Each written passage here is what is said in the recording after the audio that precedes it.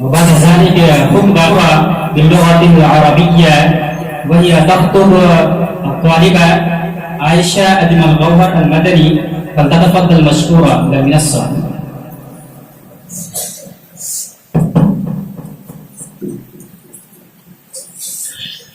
السلام عليكم.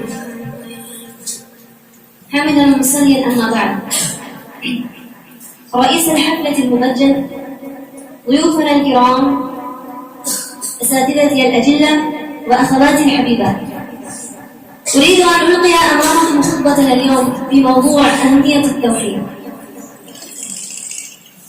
إخواني وأخواتي في الله، لا شك في أن التوحيد كلمة الإسلام ومفتاح دار السلام وسعادة الإنسان وبراءة من الشرك ونجاة من النار، ومعناه الإيمان بوحدانية الله عز وجل في ربوبيته وألوهيته وأسمائه وصفاته لا شريك له في ملكه وتدبيره، وأن الله عز وجل هو المستحق للعبادة وحده.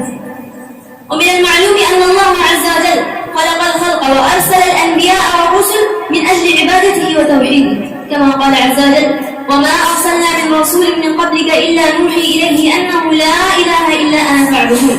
وقال تعالى: وما خلقت الجن والإنس إلا ليعبدون.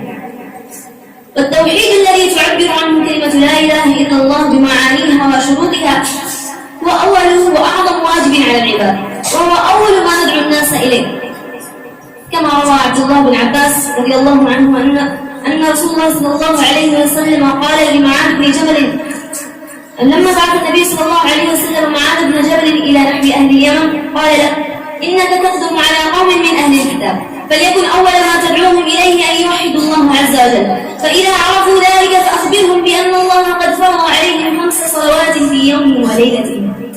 رواه البخاري.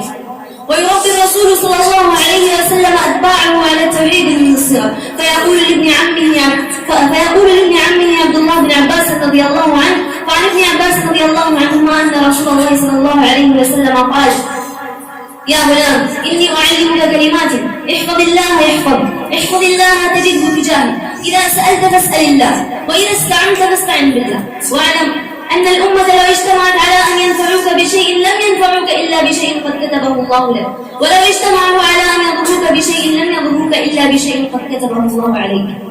رفعت الأقلام وجفت الصحف. إن التوحيد أهمية بالغة وفضائله عظيمة وثمراته كثيرة في الدنيا والآخرة. يا عبادي، كما قال النبي صلى الله عليه وسلم لمعاذ بن جبل: يا معاذ، أتدري ما حق الله على العباد؟ قال: أن يعبد. قال: الله ورسوله أعلم. قال: أن يعبدوه ولا يشركوا به شيئا. قال: أتدري ما حقهم عليه؟ قال: الله ورسوله أعلم. قال: أن لا يعذبهم. رواه البخاري. من أجل وأعظم ثمرات التوحيد أن الله عز وجل جعله شرطا في قبول الأعمال، كما قال تعالى: قل إنما أنا بشر مثلكم يوحى إلي أنما إلهكم إله واحد، ومن كان يرجو لقاء ربه فليعمل عملا صالحا ولا يشرك بعبادة ربه أحدا. ومن أعظم ثمراته أن الله عز وجل جعله شرطا في دخول الجنة ومانعا من الخلود في النار. قال عز وجل: إنه من يشرك بالله فقد حرم الله عليه الجنة ومأواه النار وما للظالمين من أنصار.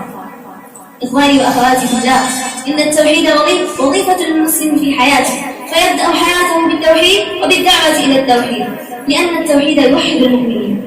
وأخيرا نسأل الله عز وجل أن يجعل التوحيد آخر كلامنا وينفعنا بما فيه خير. السلام عليكم ورحمة الله وبركاته.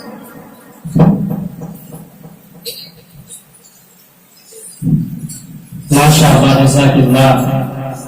ضيوفنا الكرام، هذه عدة نماذج من نشاطات جامعات